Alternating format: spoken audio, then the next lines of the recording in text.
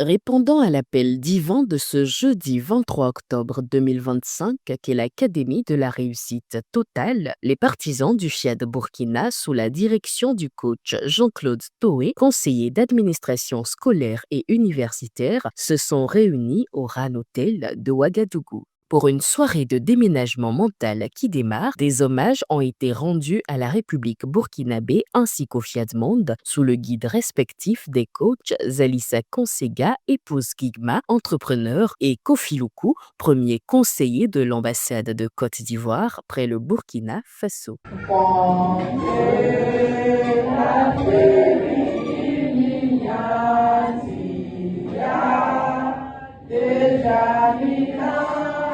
Je m'engage à être si fort que rien ne peut perturber ma paix intérieure. I put myself to always be one and to smile too and living the be that I need.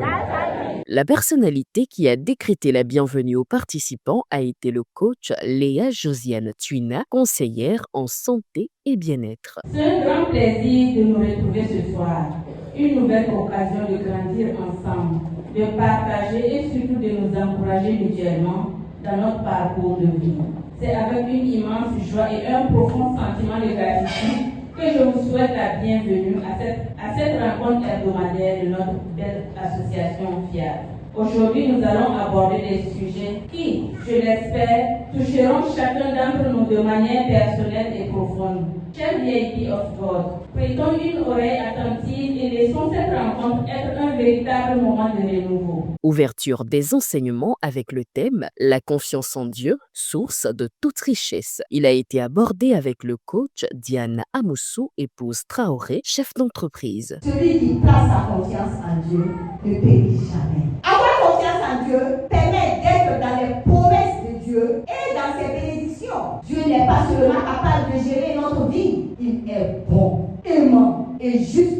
Chers amis de la famille, apprenez à vous fier à votre cœur. C'est là où demeure Dieu. Laissez Dieu être au contrôle de notre vie pour que nous puissions tous gagner. Ensuite, la parole est revenue au coach Béatrice Amakanga, consultante en gestion des ressources humaines, pour entretenir l'assistance sur la discipline, le pont entre le rêve et la réalité. Chacun d'entre nous ici porte en lui un rêve, un objectif secret, une vision de ce que la vie pourrait être de meilleur. La discipline, ce n'est pas la punition, ni l'austérité. La discipline est simplement l'acte de choisir ce que l'on veut le plus plutôt que ce que l'on veut immédiatement. La discipline, ce n'est pas un grand saut, c'est une série de petits pas. Sachez une chose, le rêve est gratuit et permis à tout le monde. La réalité, elle demande un prix.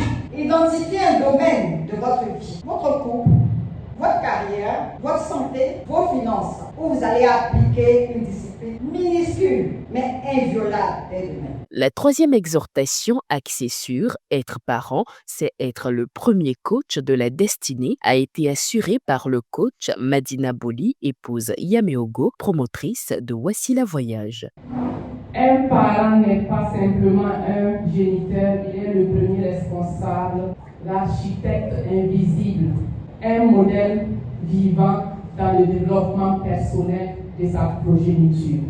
Il est ainsi le premier coach de vie dans la destinée de l'enfant. Accordons à nos enfants une place de choix dans notre vie en leur disant constamment que nous les aimons, que nous sommes fiers d'eux, que nous avons confiance en eux. Chers parents, pour éviter ce gâchis, soyons présents dans la vie de nos enfants. Chaque matin et soir, exprimons nos sentiments et notre amour à nos enfants. Chers élus de Dieu, soyons des parents qui incarnent la tendresse divine. Ne soyons pas des parents parfaits, mais soyons des parents présents, conscients, cohérents et aimants, et nous aurons des enfants à la hauteur de nos attentes. Un moment de danse, de détente et de câlin fraternel a ponctué la soirée.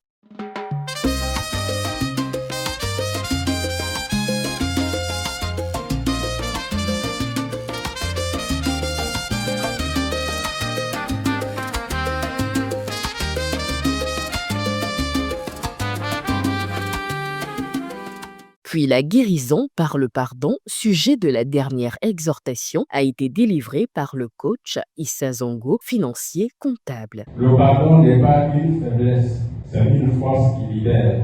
Dans notre parcours de vie, nous sommes tous confrontés à des blessures comme la trahison, la rejet, l'injustice.